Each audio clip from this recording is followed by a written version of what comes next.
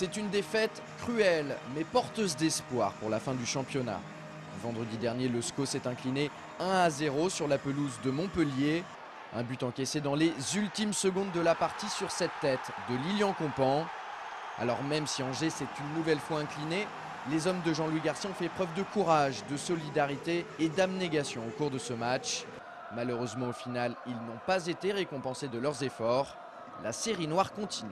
La roue ne tourne vraiment pas dans le bon sens actuellement, mais il faut persévérer. En tout cas, il faut continuer avec cet état d'esprit.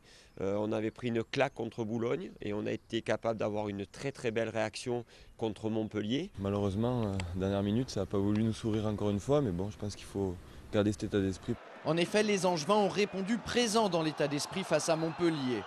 Réduit à 10 après l'exclusion logique de Michael Stéphane suite à cette grosse faute sur Grégory Lacombe, les scoïstes ont joué pendant 1 heure en infériorité numérique.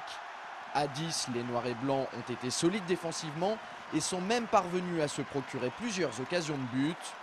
À l'issue de la rencontre, la bande à Brunel avait l'impression du devoir accompli, mais c'est quand même la frustration qui domine dans ces cas-là. C'était un petit peu partagé, mais je pense qu'il y avait un petit peu quand même un sentiment un petit peu plus de déception vu la prestation que l'équipe a donnée. Nous, on avait quand même le sentiment d'avoir sorti un gros match et compte tenu du nombre de points qu'on a, 47 ou 48, ça ne change pas grand-chose. On avait le cœur beaucoup plus léger qu'après Boulogne. Les hommes de Jean-Louis Garcia auraient même pu prendre l'avantage dans cette rencontre. À 2 reprises, Charles Dier se met en évidence, mais en face, il y a Johan Carasso, international espoir et frère de Cédric, le gardien toulousain. Le SCO aurait aussi pu repartir du Languedoc-Roussillon avec une addition plus sévère. En première période, Montpellier aurait dû bénéficier d'un pénalty suite à cette faute de Martin Fall sur Karim Aït Fana dans la surface de réparation. Quelques instants plus tard, Michael Stéphane repousse une tête de Marvaux sur sa ligne. Et puis vendredi, un joueur a permis à son équipe de rester dans le match jusqu'au bout. Ce joueur, c'est Jean-Daniel Padovani, auteur d'une énorme prestation dans les cages angevines. Le portier d'origine perpignanaise a réalisé plusieurs parades de grande classe, notamment face à Aït Fana ou encore sur ce coup de boule de Marvaux à bout portant. Malheureusement sur le but, il ne pouvait rien faire. En tout cas, c'est une prestation qui a fait du bien au meilleur gardien de Ligue 2 de l'année dernière. La muraille Padovani.